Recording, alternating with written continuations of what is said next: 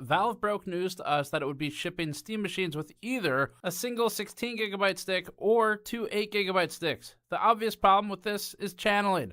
Memory in dual channel will objectively perform better than single channel, although Valve claims that gaming benchmarks didn't reflect much change. The memory that's populated in the slots, like, at some point you might have two DIMMs, at some point you might have one. It just changes based on the supply that we can secure. But at the end of the day, it should be comparable speeds and all that. Okay. Yeah, just to be clear, basically, the system memory is 16 gigabytes.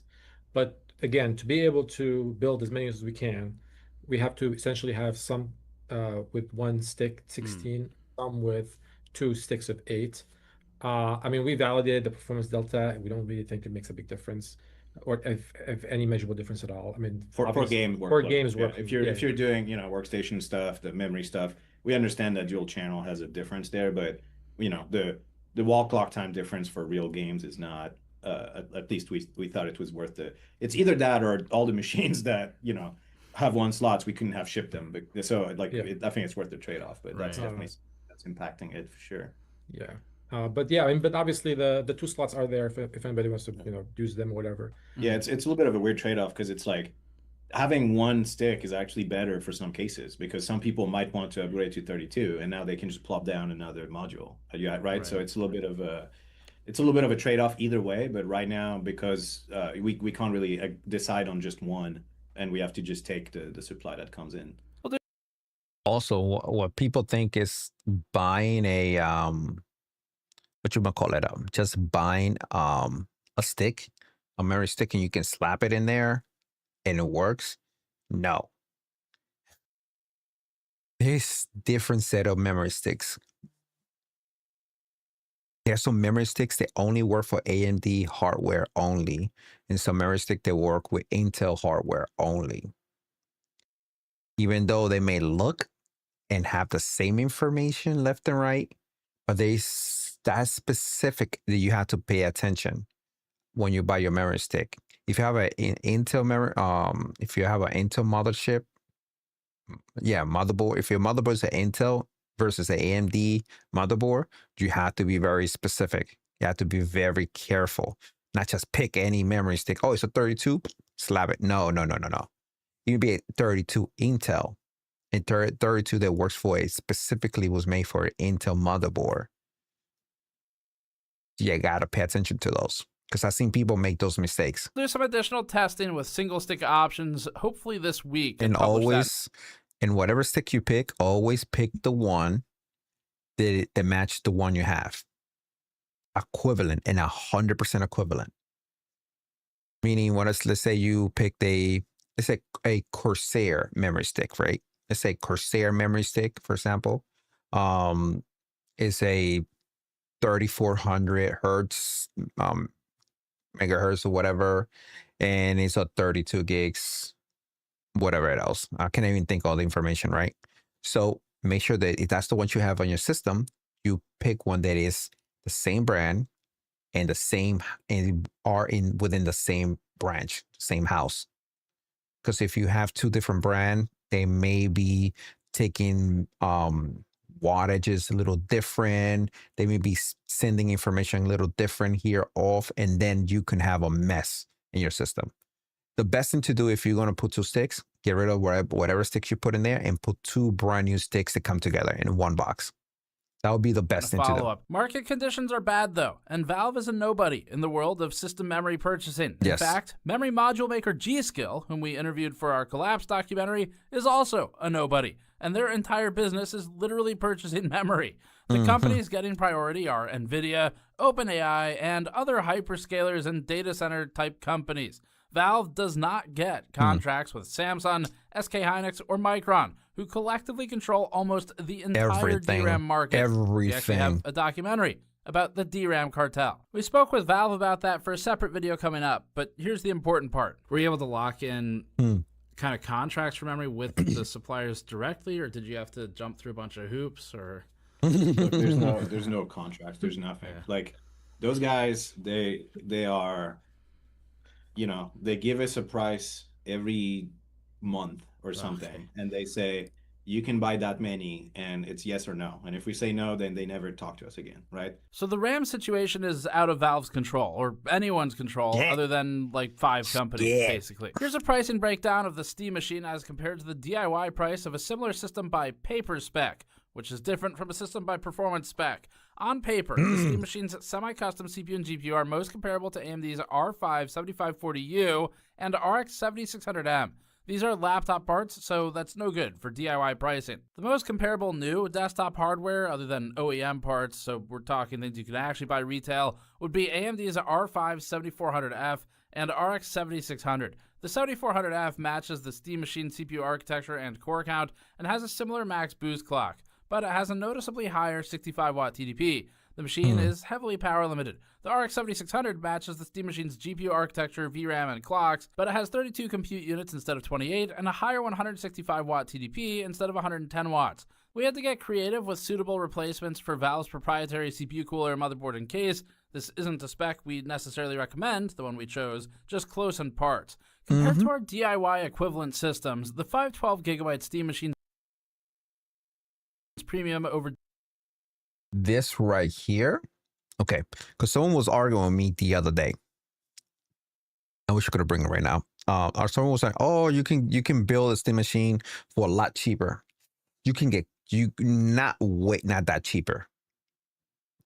You will be getting close to the cheapest version of the Steam Machine, very close. But look, like you see, and I love this group, Gamer Nexus. They're the one on the video. Because they can get close. It's all going to be on the motherboard, CPU, GPU, and especially the biggest ticket price is going to be that RAM. Look, the RAM, 16 gigs of RAM, 200. And that's what I also estimated. You can get a 16 gig between $200 to $300. Because I went in and I typed in what I think. And that was basically with the RAM and the SSD, I was already hitting $500 to $600 right in there, right in that ballpark. And let's see what he has for, okay, 256, look. And this, he went to kind of hit the mark. I went to try to go cheaper. For example, when I try to build mine, I mean, technically like I did a Gen 3 for $60, 256. And it comes for 56 to $60. So I would have saved a little more money, but again, it will be it will be half of this. And DIY is $71 or roughly 7.3%. It's $211 or 18.5% over DIY for the 2 terabyte configuration, which also includes the 2 extra plates. In reality, though, Valve doesn't perform anything like this system. The Steam Machine is far lower in performance than this equivalent build by paper spec. Valve's premium over DIY for a new build doesn't look like much, but the comparison's also not simple, since the parts are all semi-custom and power limited. For additional reference, HP sells its Omen 16L with an R5 8400F, RX 7600, 16 gigabytes of DDR5, and 512GB NVMe SSD for $1,350 at the time of writing, which makes Valve's 512GB Steam Machine $300 cheaper than HP's comparable but power unbound offering. Here's a look at steady-state GPU thermals using Delta T over ambient values for A/B comparisons. Out-of-the-box test with a solid panel, feet installed, and the auto RPM, which resulted in 1252, put the Steam Machine at 23.5 dBA at 1 meter. GPU edge temperature held 42 degrees Celsius over ambient, junction was 57, and VRAM was 46. With ambient, those are about 62, 77, and 66 degrees. The GPU and memory are both within spec. Running auto RPM, but without a front panel, put the machine at 37 and 51, so a 5 to 6 degree improvement, while also reducing the fan by almost 100 RPM, which told us that there was room to improve on Valve's design. Normalizing RPM to 1252, you know what's going to happen?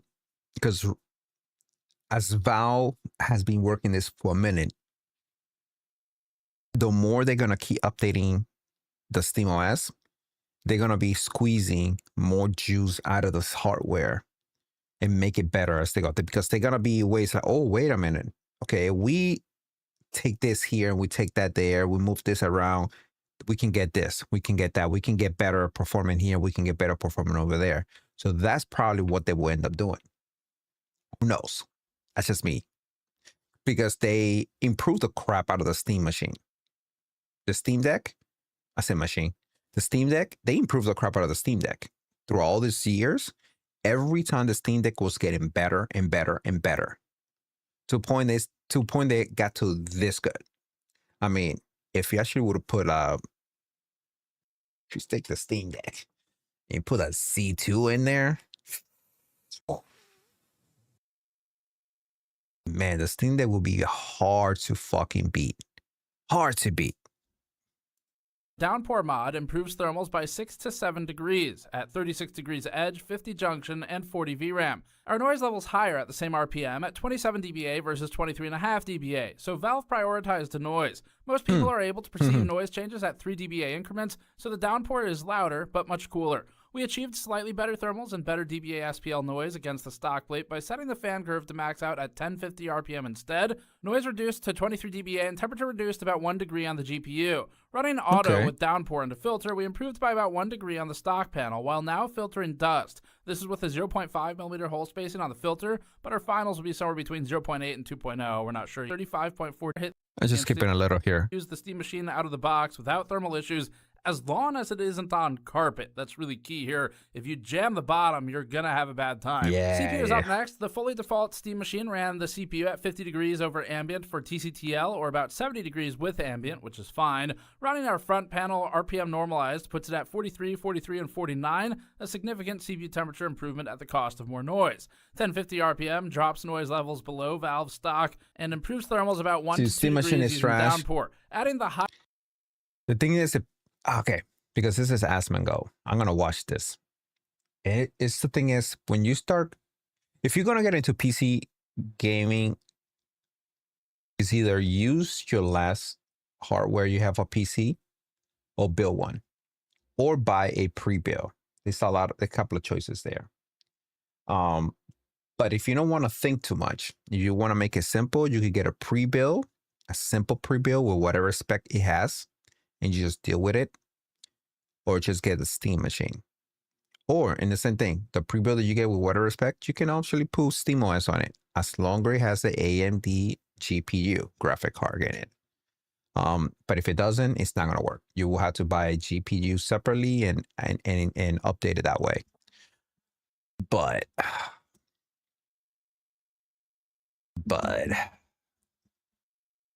the Steam machine is gonna be, it's a hard sell. It is a hard sell. I'm not gonna say it's not going to. It is gonna be a hard sell. And like I said, I only think about Steam machine is people who want to jump from console to PC, and they don't want to buy a whole complete system on PC, but they want to get close to it or in it.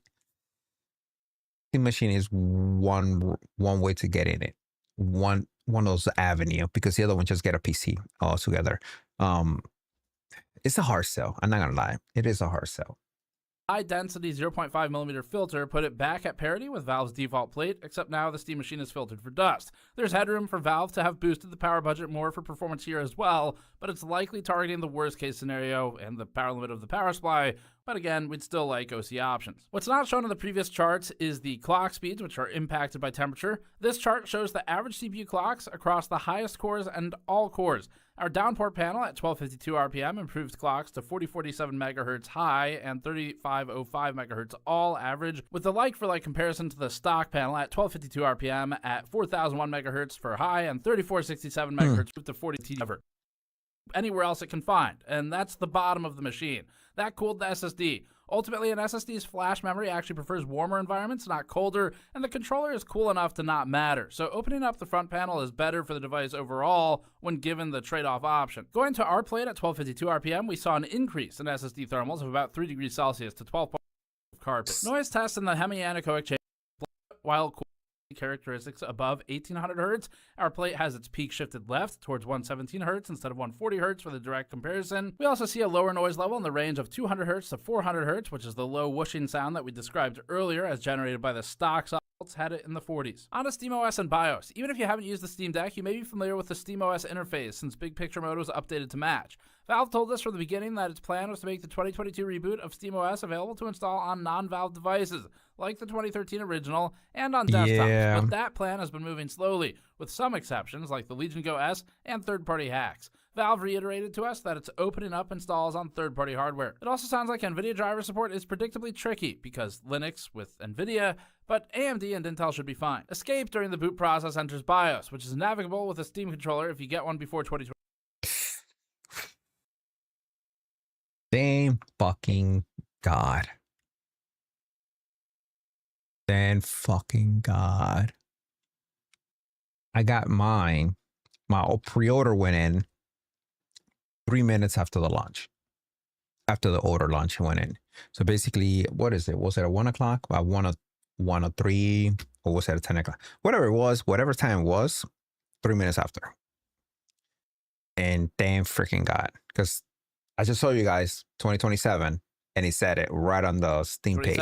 Performance settings are entirely adjusted from inside the OS and are very limited. There aren't any controls for memory speed or timings within BIOS, which may make upgrading less precise. There aren't any overclocking options or TDP or PPT bypasses, which sadly limits the headroom of mods, useful overclocks, and competitive overclocks. BIOS consists of settings for S4 Wake on USB, S4 S5 Wake on LAN, and WLAN, Fast Boot, which is on by default, BIOS Splash logo support for presumably third-party Steam machines from OEMs and SIs, and USB hotkey support. LED options include a toggle, power, and strip LED brightness, with the strip being used for game and firmware downloading progress as a progress bar, strip effects, and strip colors. Valve's been short-sighted on its non-handheld deployment of SteamOS in several instances. On first boot, the machine immediately shows diagrams for connecting a keyboard and mouse, as well as a Steam puck and controller. After that, we couldn't get any further than language and time zone without an internet connection, and there might be a workaround equivalent to the OBE bypass for Windows, but considering the whole thing is built around logging into a Steam account,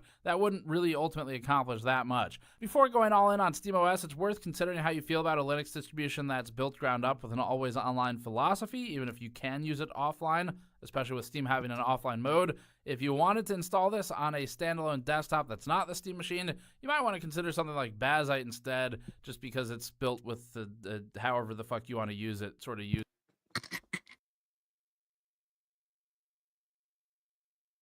Okay, the reason why he basically say Bazzite, and this is why I will go. Sorry, I'm yawning like crazy. But anyway, Bazzite is the way to go. Especially if you want SteamOS and if you want to build your Steam machine, because Bazzite works with every GPU. Intel, AMD, NVIDIA, it works with all of them. And it has Secure Boot also enabled. You can also enable the Secure Boot afterwards. So you can have Windows Secure Boot, or so you can play those anti-cheat games that require for you to have Secure Boot in your system. Because with Steam OS from Valve, they have not yet set up the Secure Boot. They're working on it. And there is a way to do it, but it's a pain in the ass. I'm not gonna make a video about it. I can do it and I can show it step by step, but I'm not gonna do it. I'm just not going to. It's not worth it right now. It's not really, because it could break your system. It will work fine if you're just gonna do it for gaming only and not doing anything else special. You will be safe. But if you like me, who start tinkering and doing all this stuff, it will break your system if you put something incorrect. If you update your system in a certain way, it may break it. So I would not recommend it for most people. But again, Bazzite is the way to go, because Bazzite is a lot safer, less of a headache. I mean, it has the same amount of headache as SteamOS, but because you don't have to worry about what kind of hardware you have, Bazzite is the way to go. you can still have the SteamOS experience. Sometime you will not be able to update to the new image files or whatever, because Basta has a way of doing things and it's kind of freaking annoying to me. I prefer SteamOS version. Valve's SteamOS version versus Basti's SteamOS, but whatever. Use case in mind. Logging in was the first reminder that the SteamOS UI was not built to prioritize mouse and keyboard. Every time we clicked a text box, the on-screen keyboard would pop up even without a controller connected, and every menu shows controller glyphs. Some mouse cursor icons were low-res and stretched at 4K, and dragging items around in the download queue made them teleport around. That's one they need to work on that, and probably because he got it before the final update that came out, and he's making in this video when this video came out. Came out today. Yesterday. This video came out yesterday, so he has a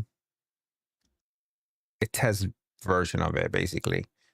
So the OS need to be updated. That's one thing. If you're gonna put on a 4K TV, everything needs to be looking sharp though. The quick access menu that contains multiple vital settings doesn't have an on-screen prompt, and the keyboard shortcut is the less than obvious Control+2, or on an Xbox controller, Xbox and A. SteamOS is still controller first. Desktop mode works fine, other than some occasional flickery artifacts. The keyboard and mouse. So the shortcut that he trying to say, I'll tell you, is basically Control+1 will basically have the menu window to come out from the side, and Control+2 will do the one from the opposite side. Those are the shortcut. So I'm not sure how he kind of make it sound like it's hard. It's not. And it feels familiar to any desktop OS, including file navigation, typing notes, and generally navigating the OS. Since this could be used as a desktop, we'd like Valve to tweak the gaming mode UI to dynamically adapt to mouse and keyboard and not simply just support them. We'd also like to see multi-display support, which currently only works in desktop mode. The biggest issue we ran into was that the resolution for all games is capped. That's one thing that I have an issue with SteamOS. You can put multiple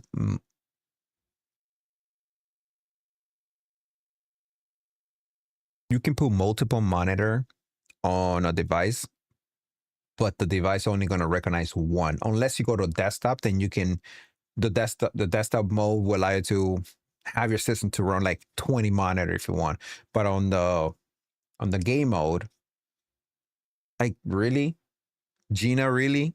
I cannot just connect multiple monitor. What if I want to use my Steam machine as the streaming machine and have OBS? Because you can have OBS. OBS works on SteamOS, on Linux, should I say. You can have OBS and run OBS and you can stream from your stuff. But I want to run OBS and I want to have a separate monitor. Why can't I do that? I should be able to do that. Out to 1920 by the only way to, you can do it. You just have to go to desktop. That's the whole thing. But the problem with desktop is it starts taking additional resources from your system, like Windows does. 1080 out of the box.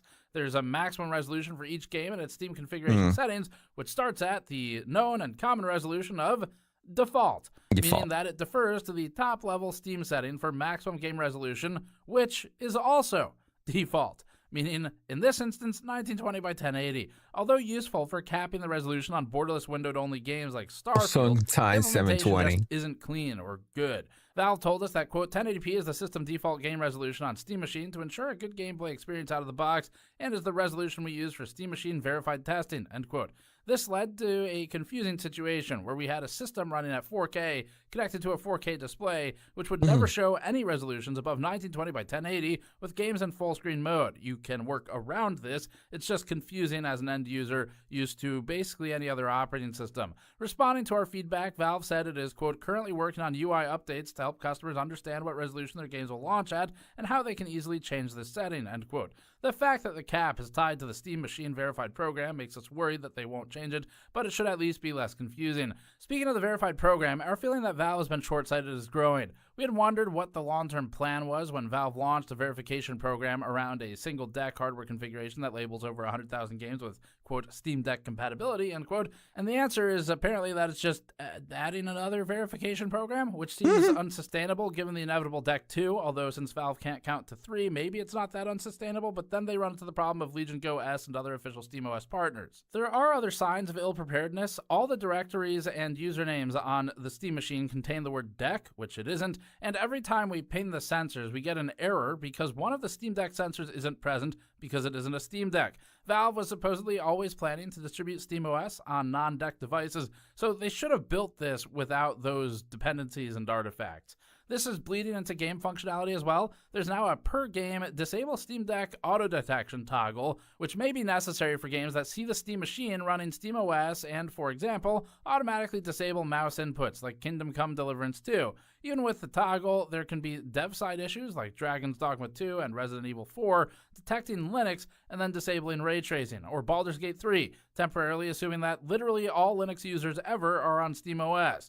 Also, games like Total War Warhammer 3 will default to downloading native Linux builds whenever possible, even if those builds are worse and sometimes out of date than just running the Windows builds through Proton. To us, this is just messy, especially with APKs shipping on Steam for the ARM-based Steam frame. Valve laid the groundwork for a single device and type, so these artifacts are showing up in things that aren't those device and type. As for running software, we didn't run into any major differences versus the Steam Deck, other than higher performance, of course. We ran into some issues with DX11 games stuttering and presenting a lower frame rate than they should have, but that's not a surprise. Proton is a huge leap for Linux gaming, and sometimes gaming period, but sometimes it still takes legwork to find the right combination of Proton version and other settings, like this. Yeah, that's another thing about the Steam Machine. Not Steam Machine, SteamOS, should I say. The SteamOS will have some compatibility issues. This is where you have to become a person who can think and kind of look for troubleshooting, because sometimes games will, most of the time games will just run fine. But then there's those special games that you want to download from a third party platform, for example, let's say Epic or whatever. Then you need to figure it out what Proton version is going to allow it to run. Without it, it's just going to be, it's going to give you an error. Like, for example, I tried to run Alan Wake. They told me that I have installed it on a regular hard drive, not an SSD. To make this, for this game to run, I had to put on an SSD. Like, what the fuck are you talking about? So I had to kind of like mess with the system and keep going back and forth until finally got it to run. But anyway, it's just, Steam is great, but those tweaks and those issues sometimes kind of make it disabling Steam Deck auto detection or FPS caps. As usual, some games, like F1, are completely incompatible due to their anti-cheat software. Valve has made some console E updates. The Steam Machine can be turned on by activating a paired Steam controller, which is actually pretty cool. And although that does mean that the machine is technically always on unless it's unplugged, as confirmed by the manual, it draws one wire. With that, the thing is that also the Steam Machine has a special antenna or special cable built in to communicate with the Steam controller. No one has it because it's made by Valve. So there is a special antenna inside the machine specifically for the Steam controller. Watt or less and standby. I'm just surprised that he's not mentioning it. Finish downloads in a low power state when shutting down.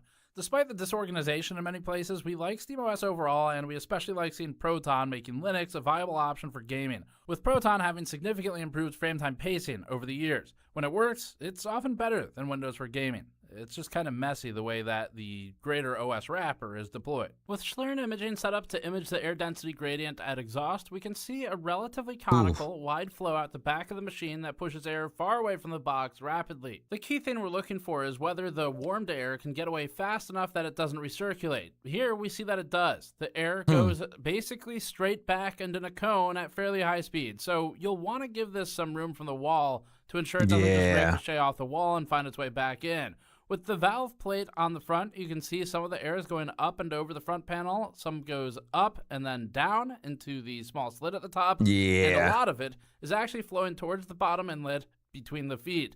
Taking the front panel off, that's kind of cool. That camera view is freaking cool. Air predictably finds its way straight into the machine because there's not a solid wall there anymore, although mostly biased up and towards the top half due to positioning of the internal components. Switching to our steam vent downpour plate, it doesn't change much, which is by design.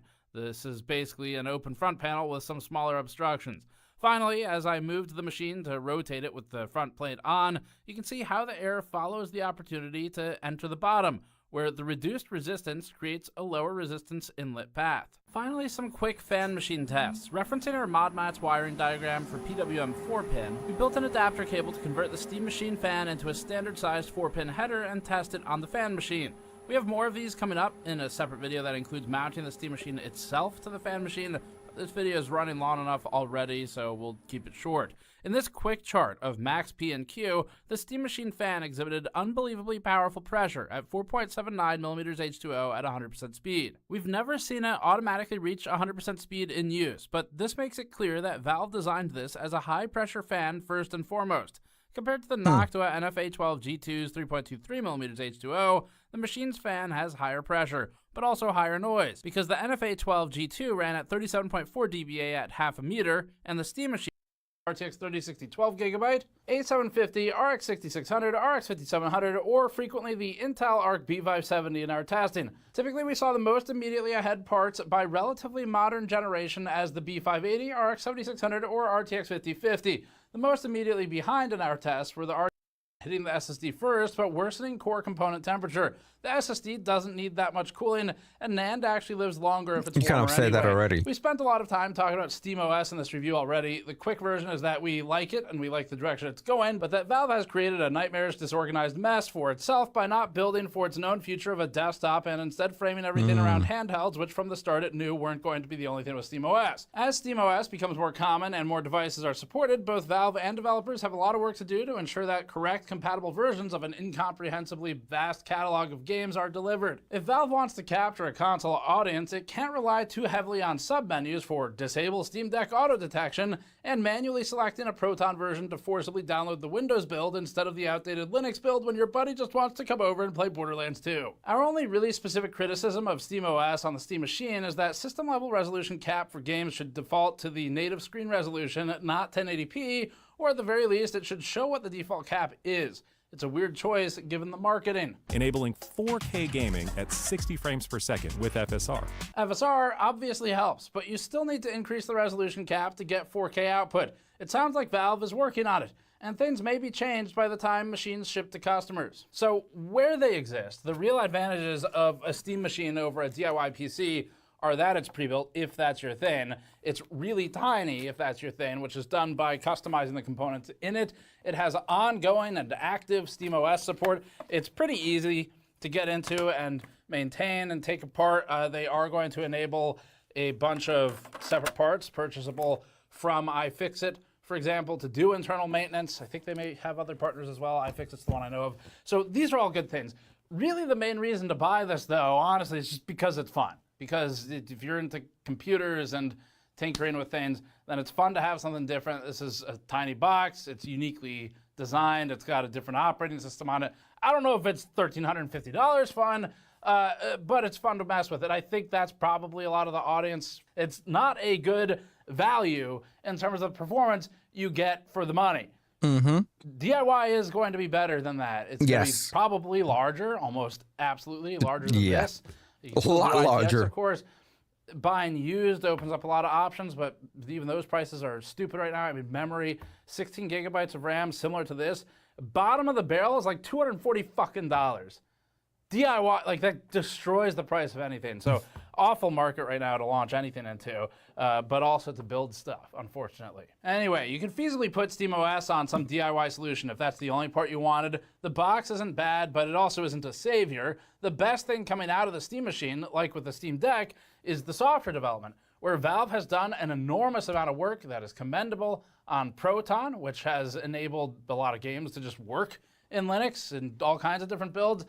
Proton has also improved frame time consistency, frame pacing over the years for, say, the Steam Deck first, and now we see that in the Steam Machine as well, so that's great. And they've done work on GPU drivers, and they build the operating system itself. So it's a good time to be a Linux user. As for repairability, we'll talk about that more in our teardown tomorrow. It is overall looking good, though. We've seen the interest in using Steam Machine. Not for nothing, I do like the front plate. I do like the front plate, though. I really do. I really do. That orange color, yeah, I am liking that black and orange. That's looking sexy. As a living room client for streaming from a gaming PC that you've built separately. Saw that online. That is not unique to the Steam Machine. You could do that with a lot of things. Anything that runs the Steam client or the Steam Link app can use remote play. So if that's all you wanted, you could do something else. Valve markets this as a host system, potentially for the deck or the frame. Here's a screenshot of the VA info output for the machine. Based on this, it looks like it's capable of H.264, 265, and AV1 encode decode. We understand the RAM shortages better than most, I think, and I've filmed multiple documentaries on them. That said, Valve is shipping some machines with one stick of 16 gigabytes instead of 2 of 8, and that is going to be an objectively worse configuration from a performance standpoint. I don't know yet how much or if that'll show up in games. It may be different in, how this is deployed and used in the real world. We'll test that in a follow-up video. We got to get some RAM in for the AB, but we're working on that. One quick note on the I.O. that didn't fit elsewhere. We already knew this, but keep in mind that the machine has no discrete audio outputs, not even optical. Audio has to be handled through HDMI, DisplayPort, or USB, which may be annoying for desktop users. Also, the rear two USB Type-A ports are USB 2.0, while the front two and Type-C are 3.2. So that's kind of it. From a value perspective, this is worse than you could DIY right now. It's not that far off. Like, their overage against DIY parts is not as completely insane as some of the system integrators we've looked at over the years. Obviously, the big difference with this is it's not really upgradable. You can do the RAM, SODIMMs, you can do the SSD. It's not a whole lot else in there you could swap. I guess the fan or something. But it's not like you're going to do a CPU or GPU swap. They're not socketable. So, from a DIY standpoint, it should be a little bit cheaper, maybe roughly the same depending on the parts you're buying. But there's a big difference in how you interact with those devices physically. And some people are going to want, more of the it's built for you experience. And then I think a lot of our audience will want the DIY approach. I think the Steam Machine is fun. I think it's interesting. Patrick and I have liked messing around with Steam OS. Yep. It's overall pretty good, but it is very unpolished right now for this deployment of it. It's a lot different from the deck, which has had a few years to develop. So that's kind of where it stands. What I just mentioned, he just literally just said it. The deck, the Steam Deck. And that's because, like I said, they're going to do a lot of work on the back end to make the desktop part of it, not the desktop, but the machine part of it here, a lot better. They're going to keep, and then if you put it on your machine, your own personal computer machine, it's going to be a way better. This is going to get good. It's just right now. Let's just get it out there. The more people is playing with it, the more information we're going to get, the more data we're going to get to keep tweaking and tweaking and tweaking and seeing what we can move around, switch around, make it better. So this is a good thing. But this is not just for the Steam Machine. It's for anyone who want to do their own version of Steam Deck or Steam Machine, should I say? Because they're using the same operation system. It's just depending how much memory and RAM and all that crap you have to do what you want. So I think this was a awesome video. Let's see. Valve is just let's see my boy here. You know something? No, I'm not going to, because every time I have this man on my stream or I watch a video with him, I get warnings left and right. This is 35-minute video. Let's see a little bit. Fuck it. Let's see a little bit. Disappointed Steam Machine review. What the fuck? What do you mean it's bad? Like, yeah, what is this? Best Malcolm Middle quote is, "The future is now, old man." I used to like watching it so much. I loved it, man. Okay, let's see it. It's real bad. Valve's Steam Machine is probably the most anticipated gaming PC of all time. I would argue, alongside the Steam Deck, one of the most important. But that doesn't mean that our last 2 weeks with it have been... You got to remember, Valve also said the Steam Machine is going to be 5 to 6 times faster or stronger than the Steam Deck. The Steam Deck is really underpowered. Extremely underpowered. Just like the Nintendo Switch and also this Nintendo Switch 2. They're extremely underpowered. If Nintendo will let that fucking thing roar, because the Switch has the Nintendo Switch 2, even though it's good and it's powerful enough, but it's underclocked, like really. I want them to just take the veil and let that thing just rip.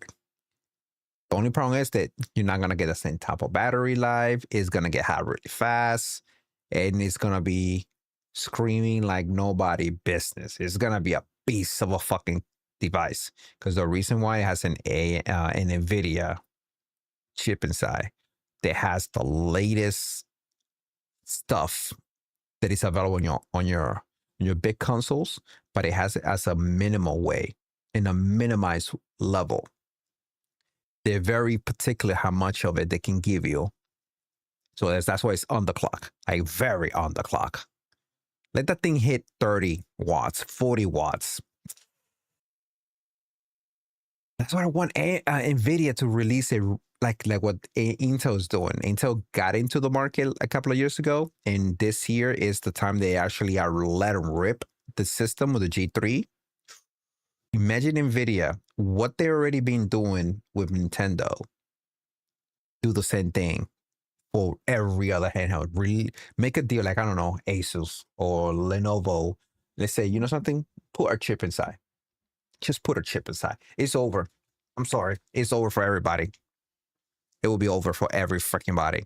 All good. Hey. There are the highlights, like the unbelievably polished experience of SteamOS, not to mention perfect integration with your home media setup. But there's also been the lower lights, performance in the latest titles being a big one, alongside some hard truths. It costs more than we hoped, and Valve confirmed they feel... I was right, and everybody else was... What you mean you was right? I was right. My estimation on this console was between $700, and that was being way too nice.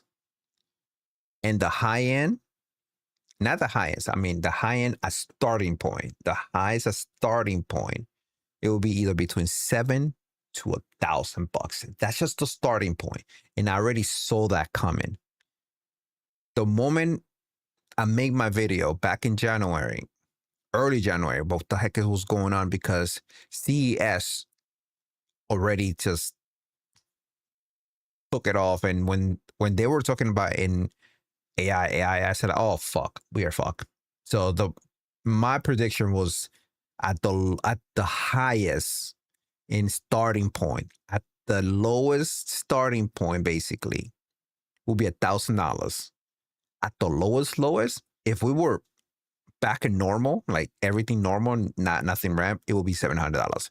And I ended up finding out the Valve said their price range was $700, $750 at the lowest, but starting around $700. And that would have been the key point, because you had the Steam Deck around 6 something, and then you had the Steam Machine around 7 something. That's not bad. And you had the Steam Machine being what, 5 to 6 times more powerful than the Steam Deck? But like $100 and some change more? Who's not going to say no to that? I'm just saying. But now, everybody's bitching like a little bitch. Like a little fucking, what you call it? Like a little dumb fuck. Because, yo, stop. They don't have control over it. Was wrong. Again, as always. The same way. But if you can stomach the upfront investment, Valve's GameCube is yet another massive step on their now decade-plus journey of saving gamers from the closed ecosystems that demand pricey subscriptions. Yeah. And it is hands down the best solution that I've ever seen to solving the inconvenience of PC gaming on the couch. It's not the biggest or the baddest, but that 1-2 punch is why the Steam Machine is so damn exciting. It combines the strengths of PC gaming with the conveniences of console gaming, and all in a nearly silent cube that's about half the size of a real console. But with this kind of hype, can Valve possibly hope to live up to gamers' expectations? If we're being realistic, No. probably not. But I still love the Steam Machine for what it is today, and I'm really excited That's cool. about what it means for the future of gaming. And I'm also excited, okay, but actually this time, to tell you about this companion product from our sponsor, Dbrand. What? Their robot sent over this. Is this like I the want gay that. version of the Steam Deck? Yes. Or the Steam Box? Yes. Is this like the Pride want it. version? I want it. What- You know something? I'm having a baby. It's gonna be a girl. I will buy this so she can have her own little PC console when she's able to play. What does this play? Animal Crossing? Yes. Does it play YMCA? Yes. Companion cube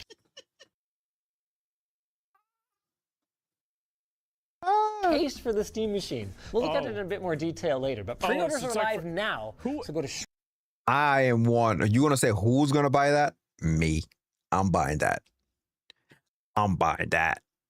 shortlinus.com to reserve yours. I mean, I don't know. even if you don't want a Steam Machine, this thing would look so good on your shelf. Back to the Steam Machine, You're a though. girl. I need this for B-roll. We're on a tight schedule, baby. Okay, that makes sense. We unboxed and explored the setup of the Steam Machine Okay. over on Let's Short see Circuit it. this morning, and we gave our in-depth thoughts on the controller last month. So we're going to be laser focused on the Can experience. you guys give me the TLDR on the controller? I didn't get one because they was sold out. How much is the controller? Is the controller good or not? Yes, it's really It's fucking from good. Portal. Oh, I didn't play Portal. I just thought it was a gay heart cube. Nope. It's good. Okay. of the Steam Machine I didn't even itself. know. Right out of the gate, if you're a Steam Deck or a big picture user, you're going to feel right at home. The Steam Machine comes with SteamOS pre-installed, Valve's Linux-based operating system that they've spent over 10 years optimizing for gaming. Why did it take so long? Well, because most lot of games games. still don't support Linux natively. Yeah, there it But is. thanks to Proton, a translation layer that allows Windows games to run on Linux, we found that almost any game made for Windows runs surprisingly well on SteamOS. Okay. No command line, no driver conflicts, just press the button and play your And play. game. Wow. It's been one of the Steam Deck's greatest strengths, and that remains true here. And even if somehow you don't like SteamOS, well, great news. Valve takes a very open approach to their hardware. Do whatever you want, Or should I yeah. say your hardware? You know, the way it should You be. bought it, yeah. So the Steam Machine allows you to install any OS do you want, Windows. even Windows. It's just that if you did so, you would lose out on some of its best features, like a personal favorite of mine, the ability to suspend your software and resume at the push of a button, just like a console. Seriously, thank you, Valve.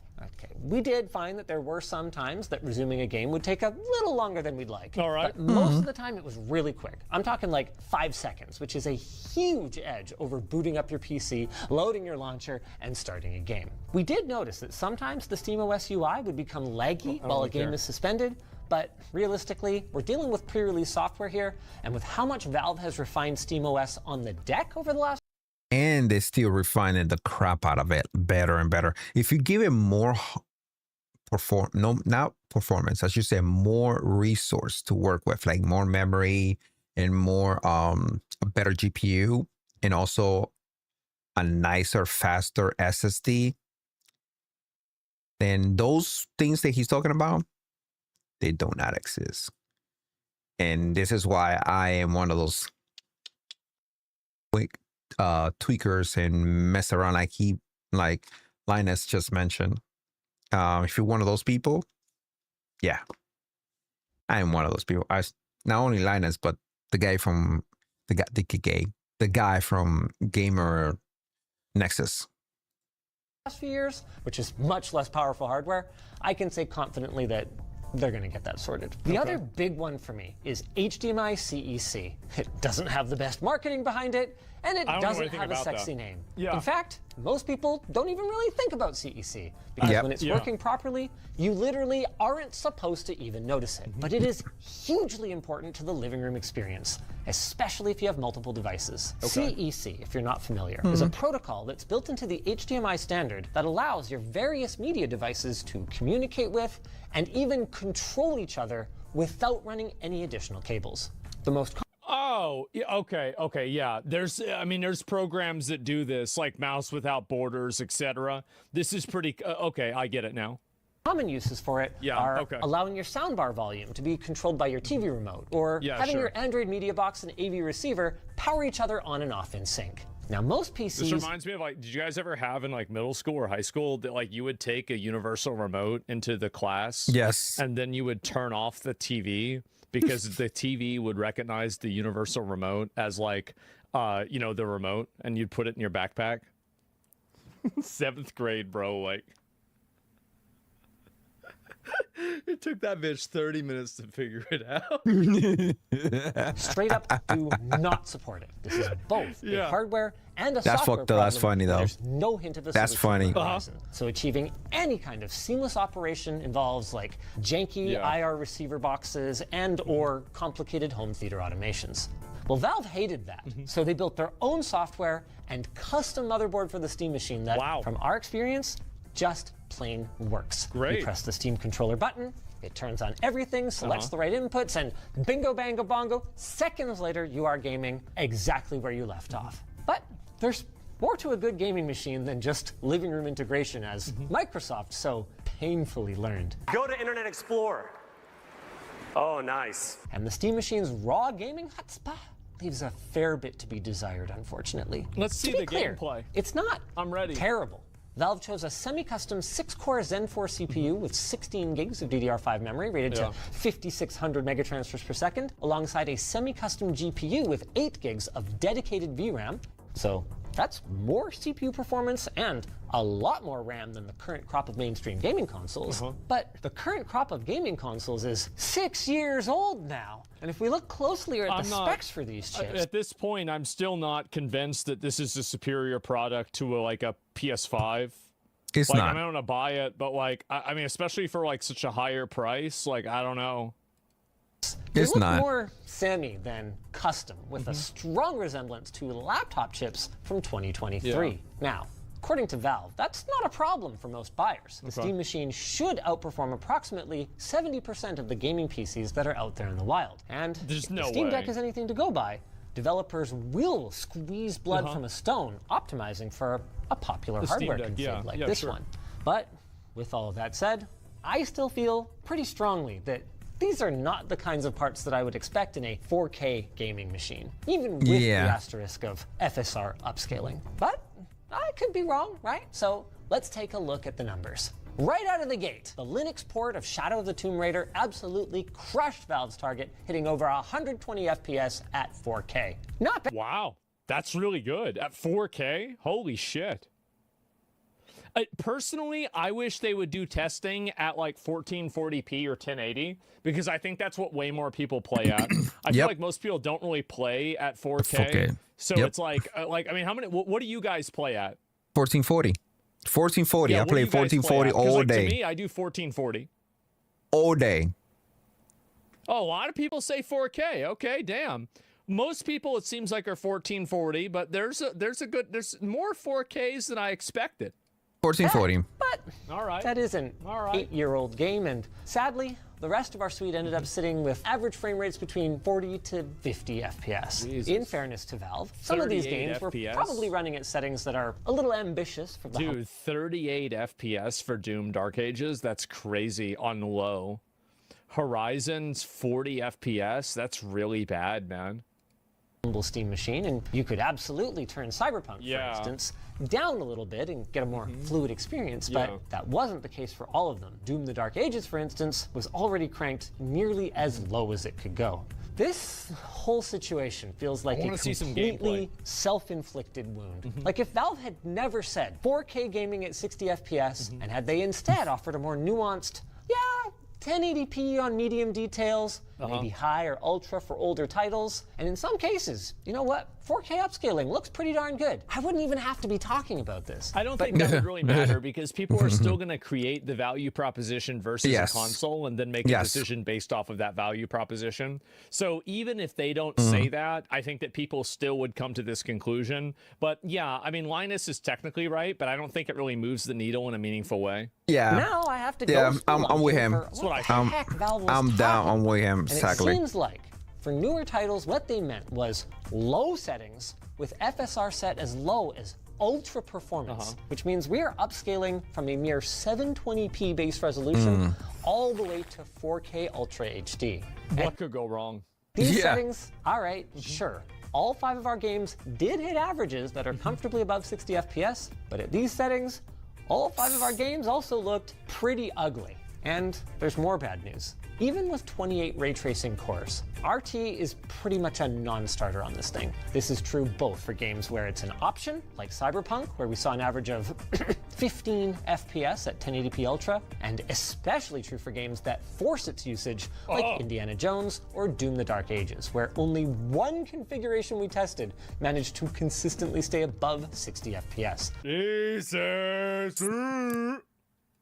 And that was the handheld one, right? Yep. Yikes. To be clear, it's not the end of the world today, but whether you love ray tracing or hate it, there will be more titles in the future that will require hardware support for it, and the Steam Machine just plain doesn't have the horses. Once again, I'd love to be proven wrong here. Valve did contact us hours before recording this to say they are aiming to patch it, but guys, it's a 7600M GPU. There is no patch. If people spend $1,000 on something, I think they're going to want it to be better than a PS5 by a considerable degree. Yes. So the difference between, like, let's say a Steam Deck and this is that a Steam Deck has an intrinsic value of being a portable console. And this doesn't have that intrinsic value. They're both boxes that play video games. So when one box that plays video games is $600 and the other box that plays video games is either $1,100 or what?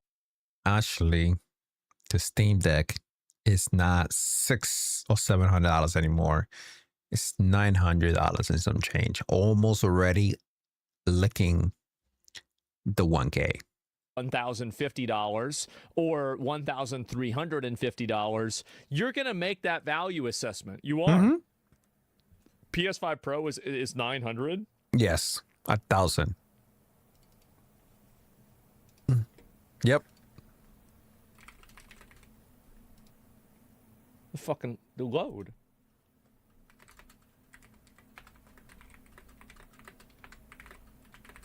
What the heck? The delay is ridiculous. What?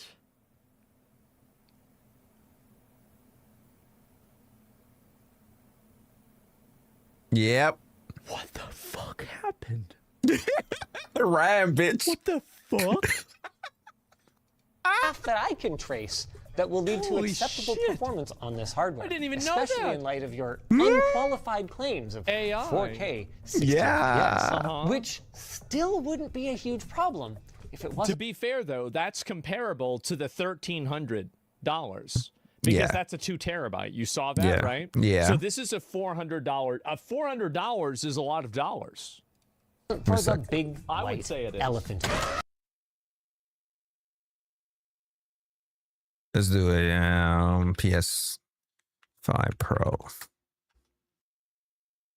Let's do it ourselves. Let's see. What is this? PS5 Pro. Is it Best Buy? $900. Okay. With taxes, we're looking almost like $950 probably.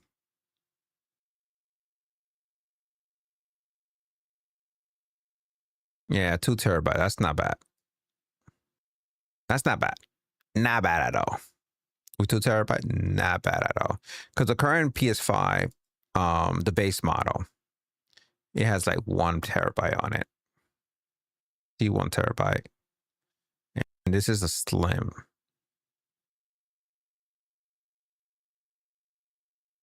I got the original PS5.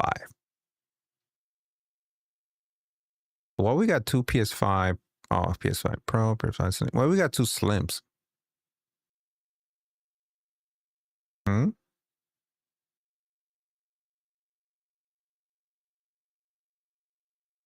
What the heck? This one got 825 gigs. But this one has 1 terabyte. What the? $600. $650. So one is basically $50 cheaper than the other one based on the amount of hard drive. One got 825 gigs, while the other one have 1 terabyte.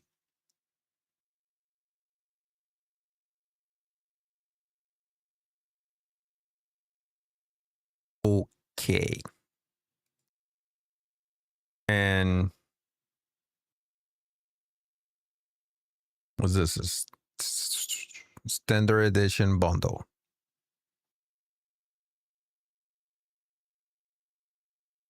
The fuck is this? Huh? Power supply. What the fuck?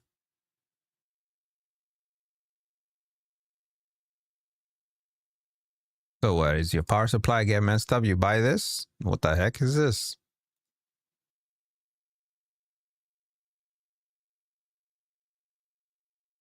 All right, anyway. Let's go back. The PlayStation 5. On paper, the Steam Machine and the PS5 trade blows. But in real life, I'm sorry, Valve, it just doesn't quite seem to work out that way. Yeah, it's because PS5 is a much bigger platform, so it's much more highly optimized for.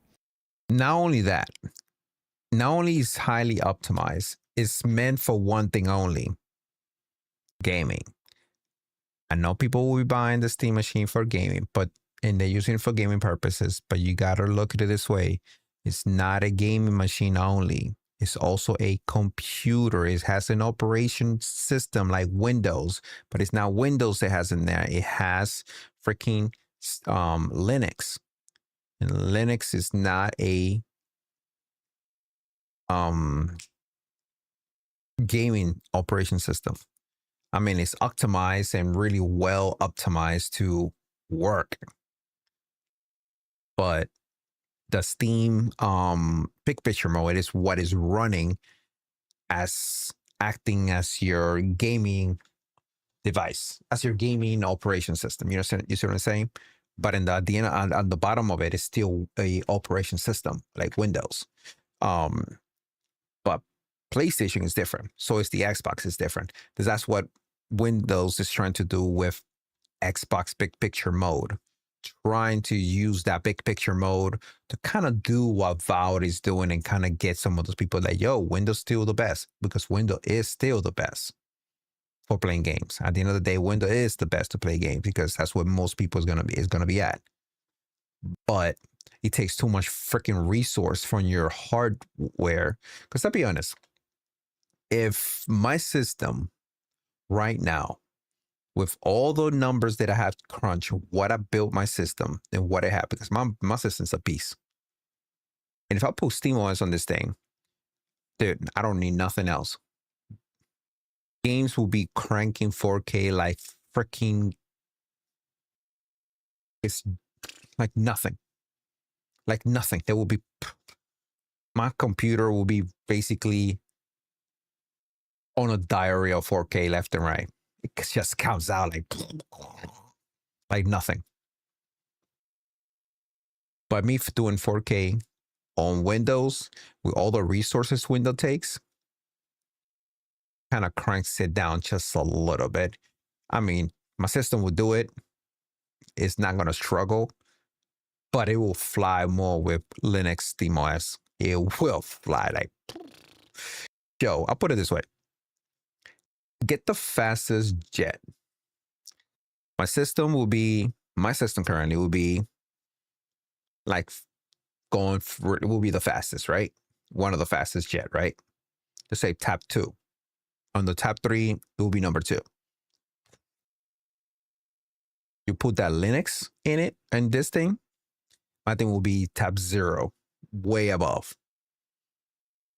It'll be a top 1, but I'm way ahead. Not even top 1 can see me. That's what Linux would have done. But anyway, I digress. That's the reason why.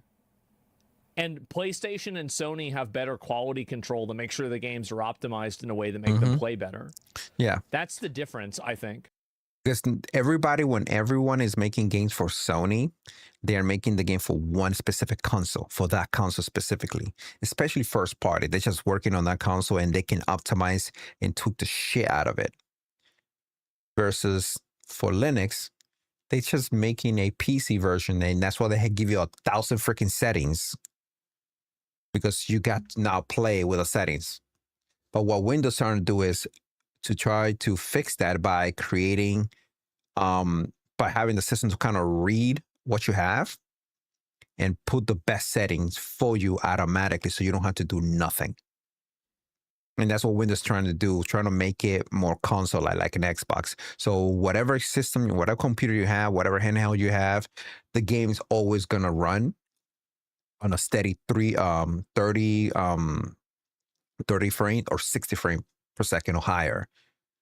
But if your system is ridiculous, it's always going to be on the higher end. But if your system is mid, it's going to be on the low end, on the 30, but it's always going to be smooth. That's what Windows is trying to do. And Windows is getting there. It's really getting there.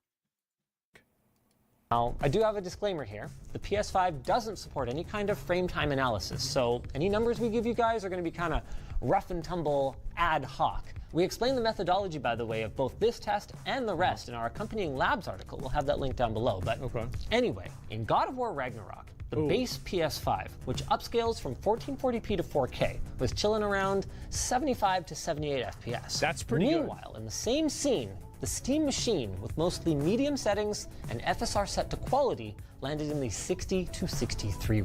That's called a flopperooski. Flopperooski. That's bad. You see, because the number's smaller. Range. This isn't the end of the world. We actually found that upscaling Ragnarok is hampering our performance actually more than we expected. And at 1440p native, we were able to break 70 FPS, even with our details turned up. Yeah. But what it isn't is a win. With that said, choosing the right games and enabling variable refresh rate is going to help to mitigate some choppiness. And you can absolutely have a really solid gaming experience on this box. Also, as these things go out in the wild, I do expect Valve's Verified for Steam Machine program to incentivize developers to optimize for this hardware specifically. It's just that you're never going to have the level of optimization that you have for a mainline console like a PlayStation 5. Yeah. PlayStation 5 is the biggest. I'm not gonna say yes to that. He is correct, but a lot of developers are basically having Steam Deck specific settings on their game. For example, the one I can think of from my top of my head right real quickly is going to be Cyberpunk. If you go to Cyberpunk really quickly and you check your settings, you know, they have Ultimate, they had this, they had that. There is a specific setting that says Steam Deck. Basically, everything is done and optimized specifically for the Steam Deck to run at the highest level possible. So this way, you don't have to think about it. You just set Steam Deck and you're good to go. And a lot of companies are doing the same thing because they know a lot of people is playing on the Steam Deck, and the Steam Deck is extremely popular. And even now, you could buy a Steam Deck at $900 and still selling out at the high end price, and that, $300 more. It's still selling out. So imagine that. So the numbers keep growing regardless. And again, companies are basically, when they're releasing their games on Valve, they're also playing on the Steam Deck to see how well it runs. If it runs really well, they leave it as so. If it's not, they optimize it before they release it on the Steam Deck. This is where I'm not saying yes 100% to this, because companies are already doing it. And they're doing that for the handheld. They're probably definitely gonna say Steam Machine settings. They're not gonna say select this. No. They're gonna put, like they do, Steam Deck settings and Steam Machine settings. Yeah, that's what they're gonna do. What I'm really looking for is the Steam VR. I would have seen console that right now. It is actually. I don't know about that. Steam, the Switch 2 might be bigger, but like I think they're really not competing with the Switch. They're competing with the PS5. Ultimately, like you're just gonna have. They're not competing with any console. They're not competing with PS5, Xbox. They're on their own. Valve right now is on their own lane. The only time they're gonna be competing with anybody is when Microsoft release Project Helix. When Microsoft release Project Helix, there's gonna be PC and console hybrid. That is when the Steam machine is gonna be competing with someone. Right now, they're not competing with anyone. I'm sorry, they are PC specific hardware. The only thing they're competing is with people deciding if it's worth buying this type of pre-built computer wannabe console. You know, give you a PC ability with a console-like interface. That is the difference. But at the end of the day, this is still PC. This doesn't play and it doesn't play console games. It plays whatever games on PC. That's it. So it's not competing against PlayStation. PlayStation has nothing to worry about. Xbox have nothing to worry about. Nintendo Switch have nothing to worry about. But because of the Switch, and then Valve releasing Steam Deck, that's why so many handhelds. Steam Deck put handhelds in the freaking map with the system. I'm gonna say the system of Switch being out earlier. Have way more just wait. All right, cool. Yeah, I mean, I think that PS5 is still going to have better optimization. Yeah, it's going to. Keep your expectations in check. It's not magically going to get way faster. Coming back to good news, though. The Steam Machine's download speeds are solid. We saw close to full gigabit speeds over a wire and a... Dude, the reason I say yes, I don't have the Steam Machine, and the reason I say yes is what Valve have done with the Steam Deck. You can download games in the same network way faster on the Steam Deck than I can do with any other handheld. And I have a lot of them. A lot of them. A little less than half of that via Wi-Fi 6E. That's partially probably thanks to Valve's 4 dedicated antennas in this box, 2 for Wi-Fi, 1 for Bluetooth, and 1 for Steam controllers. And we also saw an average power draw of just 175 watts under heavy load, with a mere 66 watts I for feel like lighter that games. sounds that really low. Contributes to a cool, quiet experience with the Steam Machine, landing That's right fine. in line with the PS5 for acoustics, and averaging just 68 and 66 degrees across our CPU and GPU respectively. Good job, Valve. And good job making this such a repairable and serviceable machine. Not only can the Steam Machine be easily opened up, including the ability to upgrade both the RAM and SSD, but Valve has once again partnered with iFixit to make guides and replacement parts available. Absolutely. That's really cool that they did that. That's awesome. Amazing. Yeah. Maybe consider an LTT Precision screwdriver if you ever need to make any upgrades or repairs. It's got all the bits you need and a convenient magnetic parts tray that's included in the lid. LTTstore.com. Another highlight is Valve's open approach to peripherals. I mean, can you imagine Nintendo just allowing any old thing to be plugged into their precious gaming machine? Yeah. Meanwhile, in Valve land, the Steam Machine played nicely with every mouse, keyboard, or headset that we plugged into it, including random Bluetooth accessories. One thing of note is that some of our audio accessories were a little quieter than usual on the Steam Machine, even with the volume maxed, but again, this feels like one of those, don't worry, Valve's gonna fix that. They can probably patch Bringing that. us finally to something Valve couldn't fix, the detail you've all been waiting for. You can order your Steam Machine today, and it will cost $1,050 US for the 512 gig storage version. $10 million. $1,350 for the 2 terabyte. No! Then, if you want a Steam controller Vindicated once again. bundled in, that's another $69 I thought it was $100 on top of that. Not for nothing. I want to give me a second controller because I want to give it to my best friend. I want to give it to him. But I could buy the Steam Machine and pay the extra $69 to get this controller, and I can give it to him. And I will save me a couple of bucks there. Not bad, though.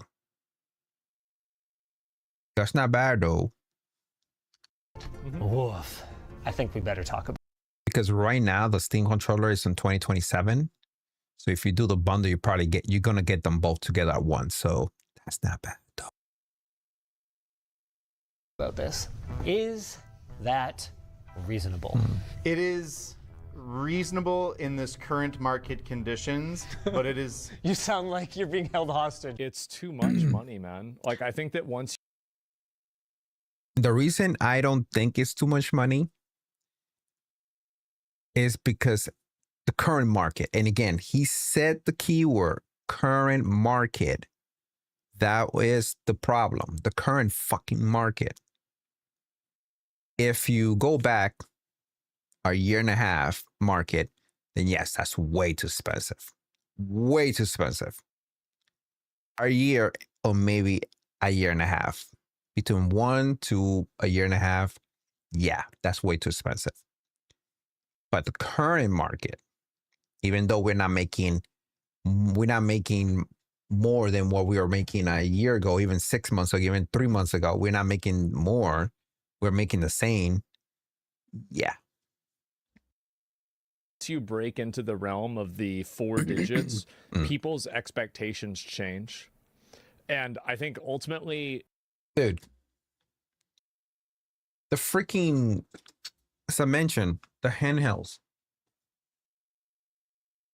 $1,000 on this. And I bet money that this machine is going to be a little faster than this. Same thing here. Legion Go 2. Bet money this console is going to be a little faster than this.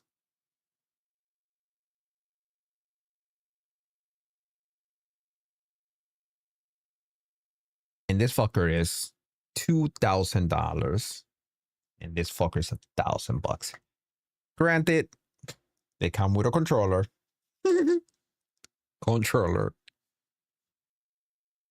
But still. 1,000, 2,000. And this tool right here has the same chip inside. Same freaking chip. Z2 Extreme on both. This one got a 32, well, this one got a 24 in RAM. That's it. That's the biggest difference between those two. There are competitive advantages that the Steam, like the Steam Cube has. Like, for example, it can play a lot of PC games that a PS5 wouldn't have. But I'm just seeing a small target activatable audience for a product like this. I don't see where, because anybody that has a lot of money is probably already using a gaming PC. Anybody who doesn't have a lot of money is probably already using a console. Yep. Or they have something else like a Steam Deck. So like, where's the big audience for this? I'm not seeing that. You don't have to see it. You don't have to. You just got to put it out there and see what happens. See what happens. If it doesn't sell well over the next 5 to 6 months, then just stop making it. I will say, if I was Val, I will give myself 1 year. I'm gonna release, and I'm just gonna request, let's say 30,000, for example. I start off with 30,000. See what is the demand and see if the 30,000 sells in the first release day or in the first 6 months. If the 30,000 sell out in 6 months and people still requesting, I will put a wait list and see how many people are requesting. And then, okay, have them to pay for it. And then I send those being made. That's what I will do. Being made per order. No cancellation. I mean, Where's Valve was held hostage by the parts makers. So reasonable, yes, but like, is it too high? Yes. And that's a tough thing. I think it's fair to say that both of those things are true. Yes. Based on the costs that Valve is seeing, and also based on other options that are available in the market, it can be both reasonably priced and still too high. I was really hoping that this was going to bring PC gaming to the mainstream living room, that I could pitch all my friends and be like, oh, get a Steam machine, it's so cool. But this is a premium price, even though I wouldn't say it's a premium I don't think it would be a premium price if it was a premium, like if it was able to run video games at a higher level that the PS5 Pro can, and it could do so like comfortably. I think that you would really be looking at a great product. You'd be looking at a great product. And so, like, this is really what I could see happening in the next 5 to 10 years. I could see this product being refined, the development process for PC-related video games being more, curated for. But this is where Microsoft is coming in. Microsoft has said that, and they're still working on the back end. This is little by little, Xbox Full Experience is getting there. Not there yet. They're at least, I would say, by 40, between 40 to 50% there. They need to hit that 70% mark so you can see the difference. But because I mess with it a lot on my handhelds, they're at least by 40 to 50% there to make it to a point that is, because I'm sorry, everything I throw at this boy, and this one has Microsoft brand on it. It's not by Microsoft, but they have a partnership with Microsoft.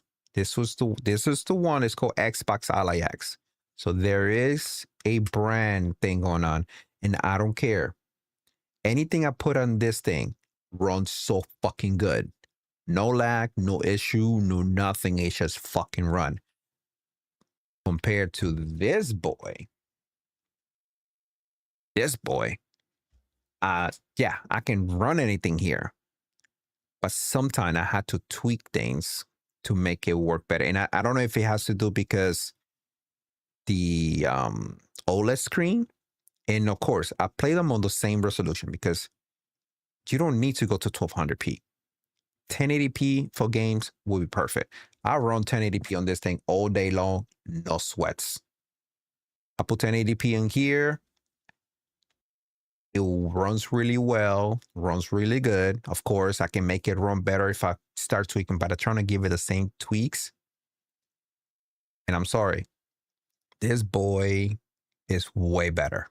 Microsoft is updating the crap out of everything in here. And we get a lot of more updates that keep refining this boy, better drivers. Sometimes you have to take drivers from here and put it on this one, because then again, they're using the same chip, and put it on this one, even though it's Lenovo just take forever to release updated drivers for this fucker.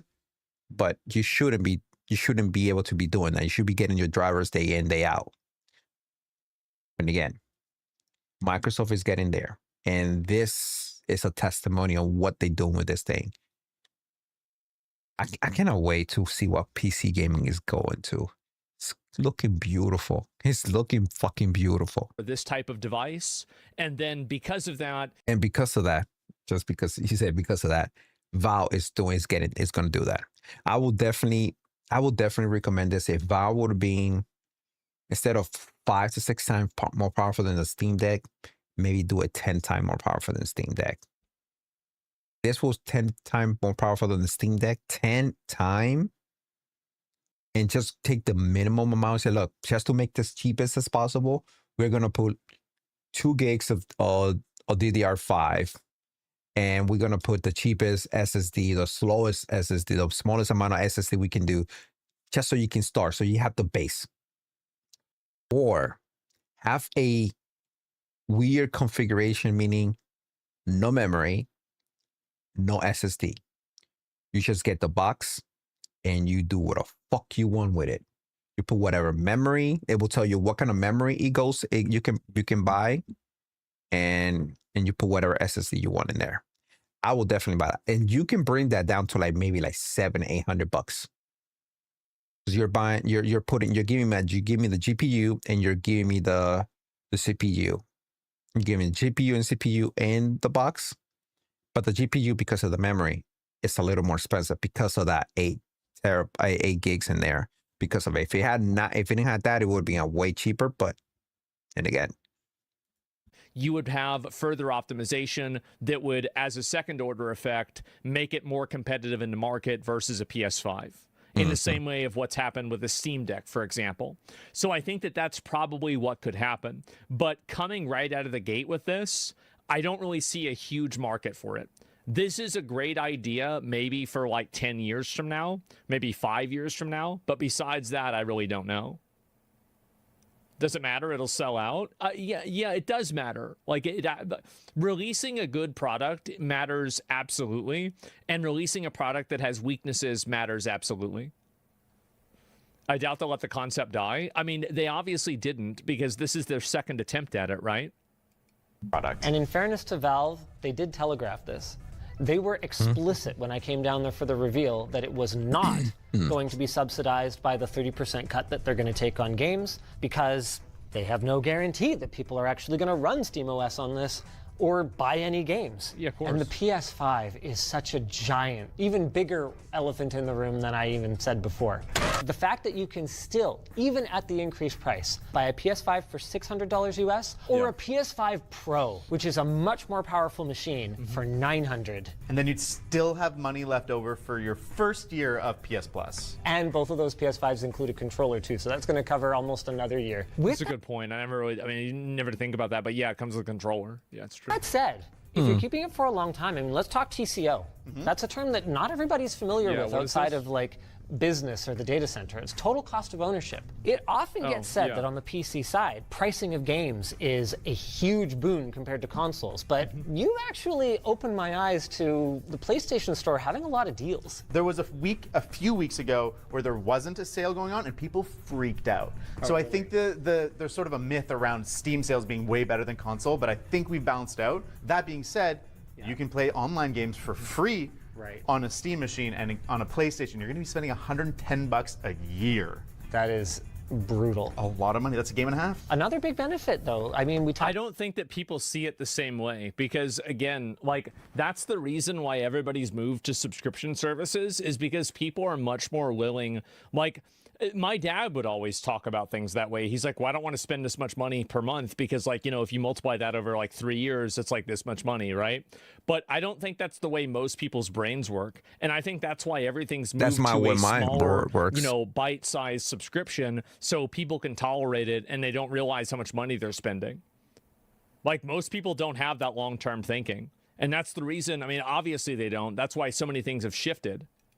On this, that's what I would say. Accessory support. Nintendo's not the only one that keeps things locked down with respect to plugging things into their consoles. I mean, for years, entire brands that make gaming headsets, their only reason for existing at all was that they managed to get the license to produce compatible Xbox gaming headsets. Shout out Turtle Beach. They were awful audio quality. Like, had no. They were so bad. Like, I had to try out so many gaming headsets. People always wanted me to use a gaming headset for a sponsor.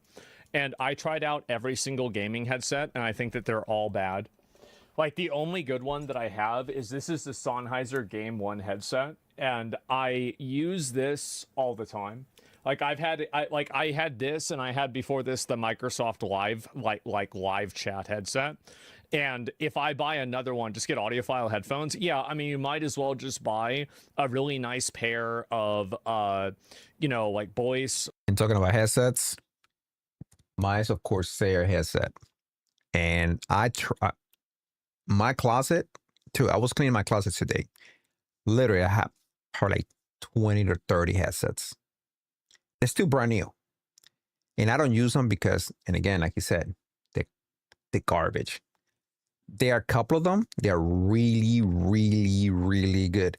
I'll put it this way: a lot of people hate Beats by Dre, but the Beats Pro, the big one, those were my best freaking headset ever, and I still have them. When I went to college, I was rocking them left and fucking right. Left and right. No. Those, do you think this is a big? The Pro ones are huge. You could literally kill a person with those things, because the whole base, everything was pure metal. Pure metal, heavy as hell. The best fucking headphones. my fucking God. Buy none. They were the best. The best. Man. Or Bose or Sennheiser headphones for like $300, $200, and they're gonna last for a long time. That's good. That's good. But the one like the Beats by Dre cost $500. I know some people are like, what the fuck? Dude, like the Apple headphones, they are big headphones over the head headphones, like 450. So the one Beats by Dre, and they're way better. The only thing that I do like about the Apple one is the and I do have them. I have two, one for my wife, one for me. But the only thing I like about them is the noise cancellation. I really love the noise cancellation. I wish they can remake those with updated technology, with the noise cancellation also added. It would have been a lot nicer. But because the way it's designed, like this one's, it has this round shape, but it kind of has this suction into it. Whatever they did is suction, and it has huge ass fucking speakers. It's just, you feel a lot immersed. But if they were to update those and add the noise cancellation like they did with the Apple ones, oh my God.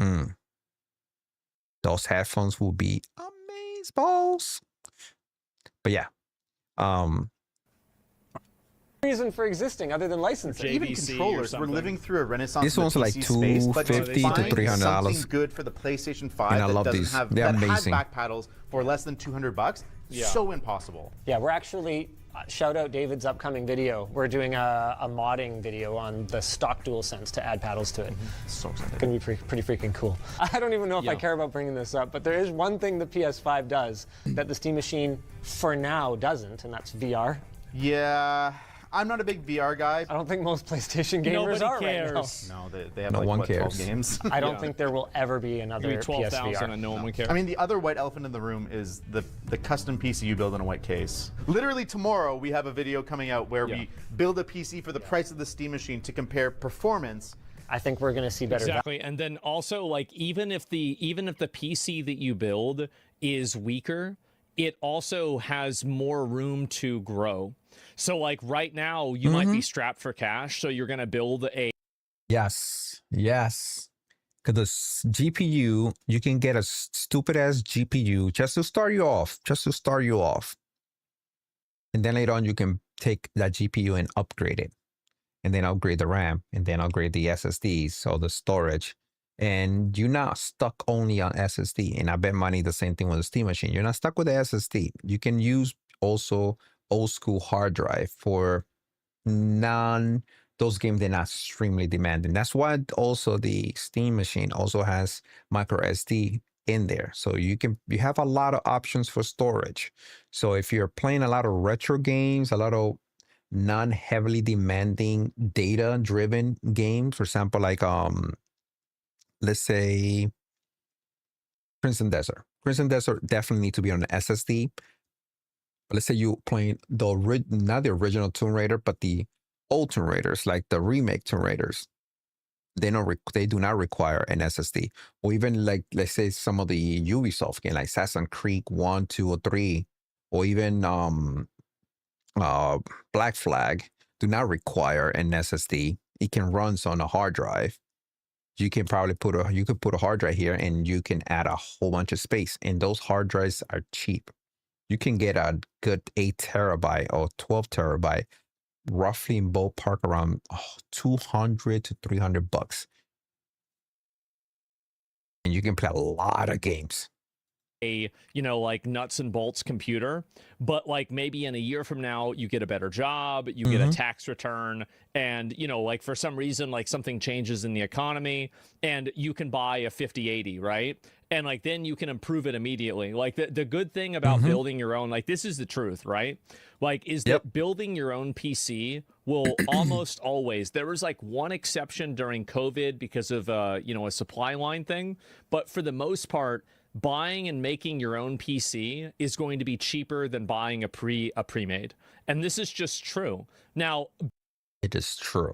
buying a pre-made is a luxury. It's a premium service, and there are advantages that come with that. And there's things that, like, but again, you're paying for somebody else's labor effectively to put this together, and also to ensure that the parts are supposed to fit together. But if you're balling on a budget, my best advice for you is, you know, if you don't already have a PC, my best advice is actually, if you already have one, upgrade your current PC and then learn by the mistakes that you make while upgrading what you need to do differently, like get more RAM, and then learn that, wait a minute, my motherboard doesn't support this type of RAM, and then learn that, oh my God, well, now I need a higher wattage power supply. And that's how you learn how to build a computer. That's how you, and how many of you guys made that same mistake? I made that mistake. I did that myself. And I think that's the best way to do it. But if you have enough disposable income, building your own PC there's a million resources for it. And if you have a lot of disposable income, buying one is totally fine too. There's nothing wrong with it, but you will always be able to build something better than what you can get basically off the shelf. And you can also, more importantly, you can upgrade it. And that's the big weakness that a console and also this Steam box have, is that finding parts that are able to integrate into that is going to be a lot harder to do. It's impossible. Yeah, I feel him. For a PS5, and for this it will be probably a lot harder.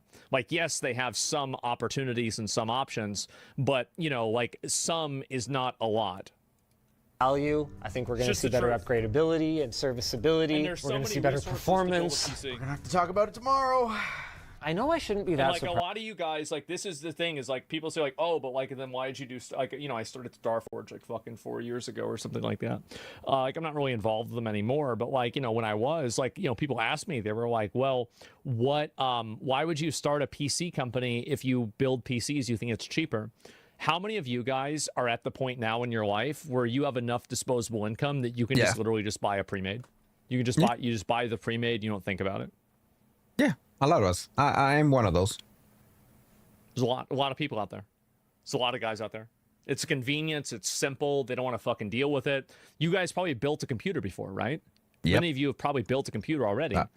And so currently, and again, the one that I have is me build it. I was very, very, very picky with my parts. Extremely picky with my parts. The motherboard, the CPU, the GPU, the memory, the specific SSD that I have in there.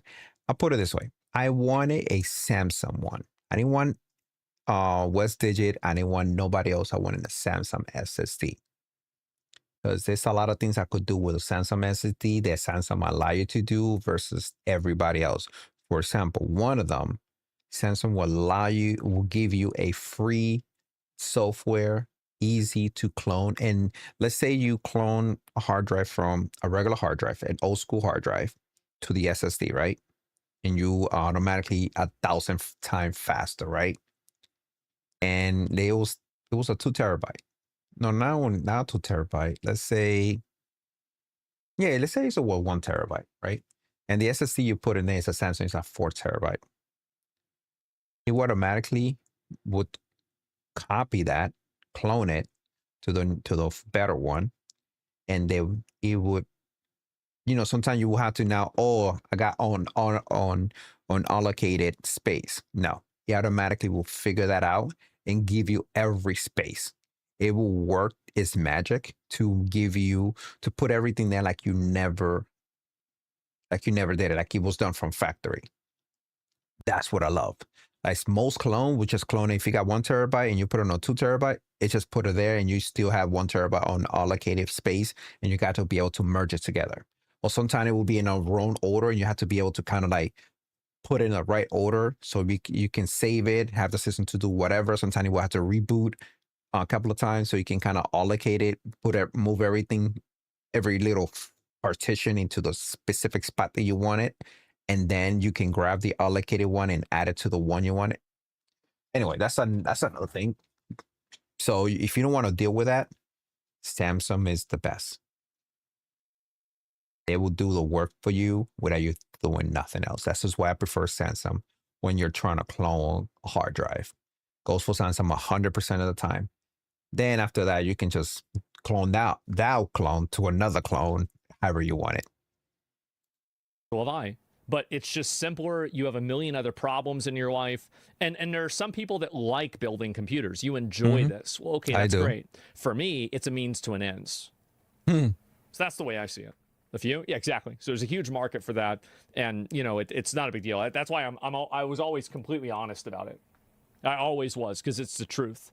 If you can't tell people the truth, you're lying. But the performance really was a downer for me. I think if they hadn't made the 4K 60 promise, it would be a little less painful. Or if they had left the door open for Steam Machine Pro. Like if I knew there was going to be something based on a 9070 coming, that would be the legitimate 4K machine.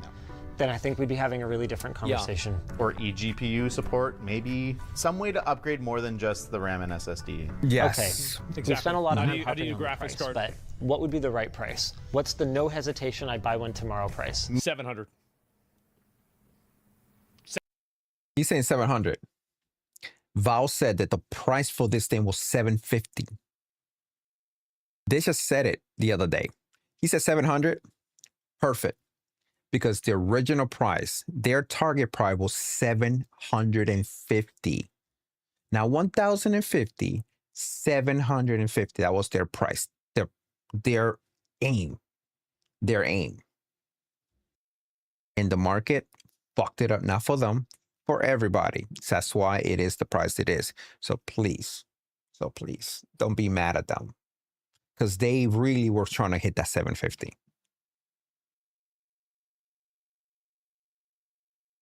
$700. Me, or I recommend to people? You recommend. $800, I think, is... That's a lot. I'd say 7. Yeah, I'm with him. Reasonable. It's slightly worse performance than a console. And this is where I also said, because I knew what I didn't have to see. They just came out with the specs really recently, and they just did the benchmark really recently. But when they kind of show the Steam box, I said, oh, shit, okay, I'm not expecting much from it, but the price for this is $700 at the crazy highest, but not as expensive, meaning like the starting point.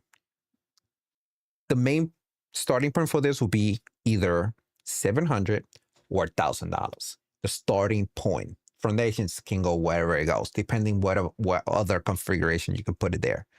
But yeah, 750, that's what Valve said they were trying to hit. They didn't want to say it because they knew the market was changing, and they didn't want to say a number and then it's going to be 3 or 4 times more, several $100 more. So I understand Valve just holding back on saying that price like everybody should. But it has so much more openness and features that I think balances out that value. Yeah, I mean, we barely even touched on the fact that you can use it as a full-fledged desktop PC. Like, they have done a lot of work, not just on the big picture gaming aspect of SteamOS. I'm actually planning to, once How many laptops can you get for less than $800 though? Like plenty, right? So it's just like some cheap one, they're not gonna compare to the performance of this thing.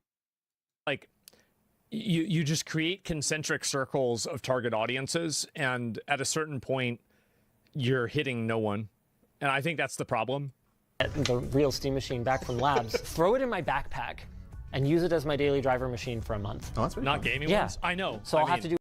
Yo, I'm gonna throw this out there.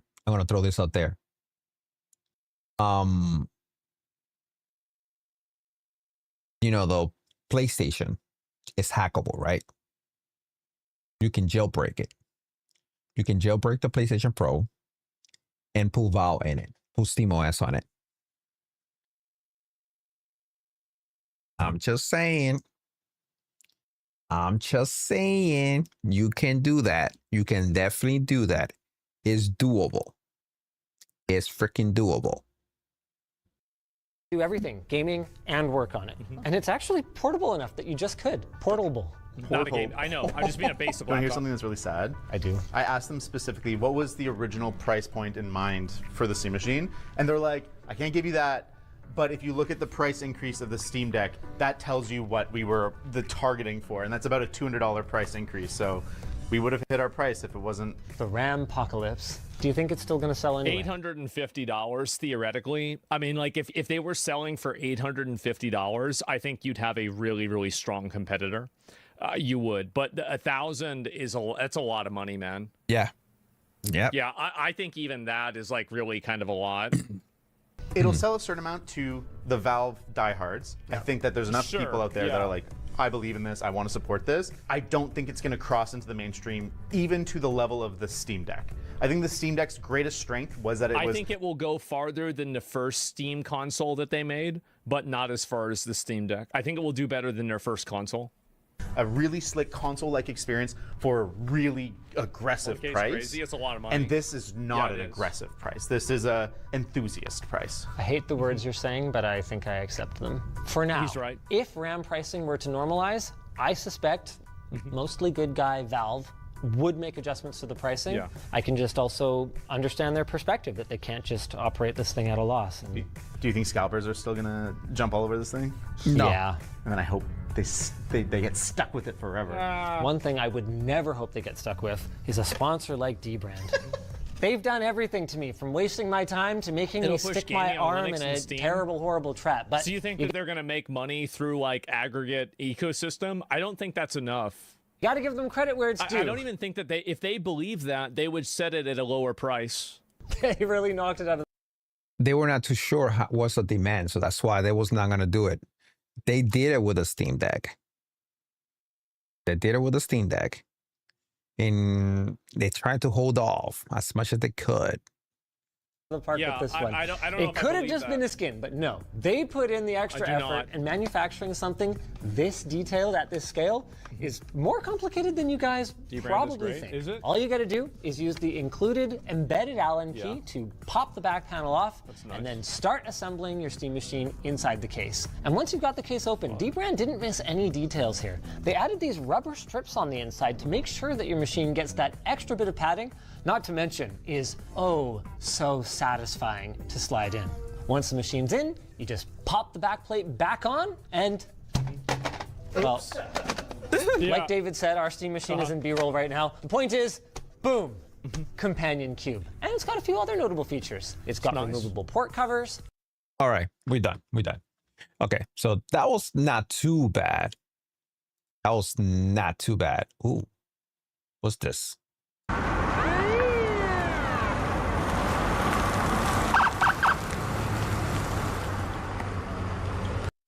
Realistic.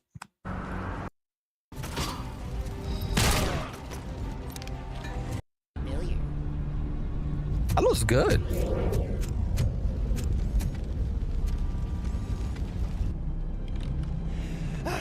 Guys, we've got company. Anyone expecting a silver freak?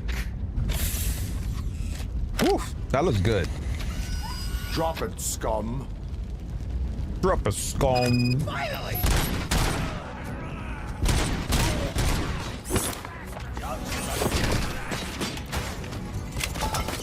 I need to play the RoboCop game. I have it. I just haven't played it.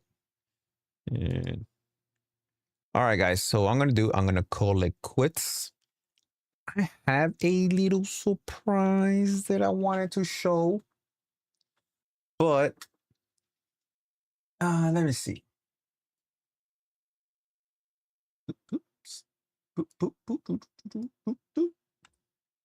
All right, let's see here.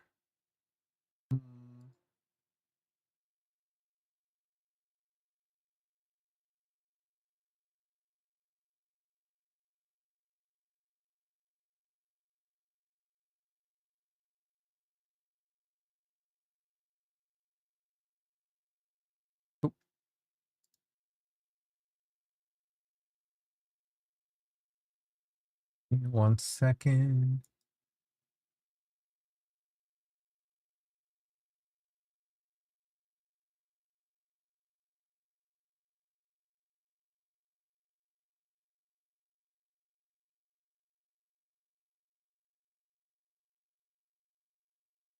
All right, so that's not bad. Okay.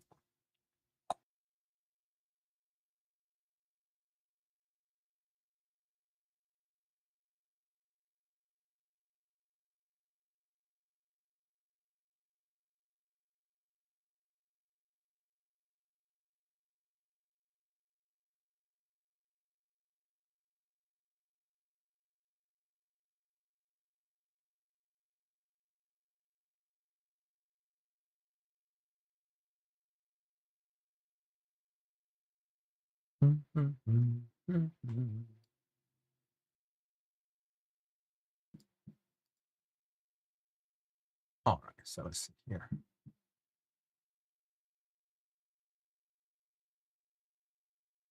Oh yeah. Just save this. Yeah, I'm liking this. I'm liking this.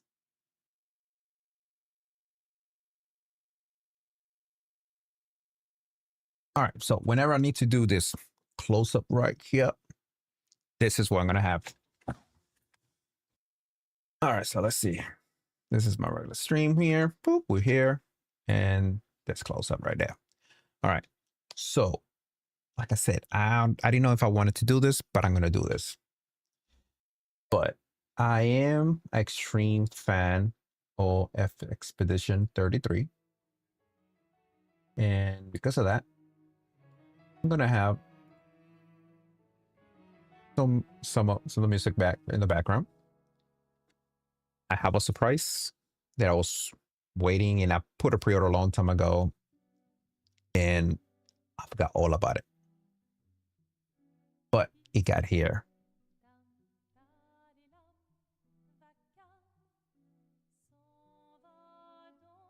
Esquiel is here. The big, beautiful character from Expedition 33. This is not just a toy or anything. This is the plush. If you remember the ending of Expedition 33, when the main character was hugging Esquiel plush, a lot of us were requesting for release a plush of it. So it's sealed. If I knew it was gonna be like this, I would order 2, so I can keep one in the bag and one for me to open. I want to see if I can order another one and keep it on the bag. But let's take a look. I feel so mad about opening this.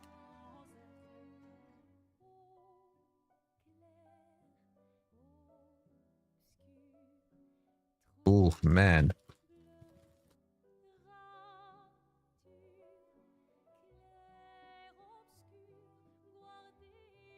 Esquiel. Ooh, my God. Look at him.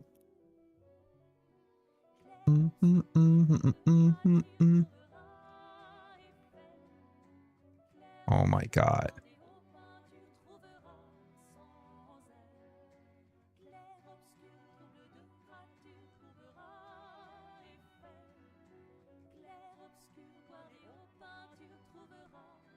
They kind of did the stitching on this one a little too low.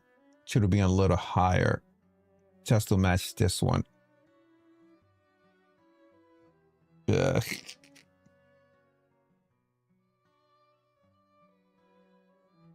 But man, look at this. This is just like the game. Because he was holding it when she was in a funeral with her brother.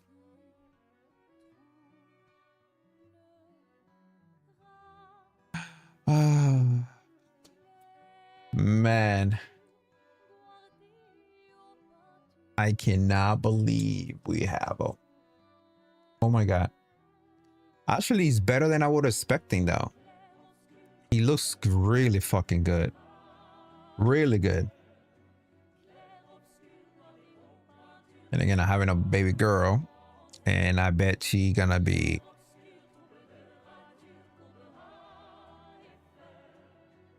I'm just a little disappointed that this one is lower than this one. That I'm gonna say I am a little disappointed, but still look good. The eyes are huge buttons. The eyes are freaking huge buttons for Esquiel. Man, I love it. I'm definitely loving this. Now I gotta find a spot for him. All right, guys. For everyone who joined in, thank you for joining, and see you in the next one. Take care.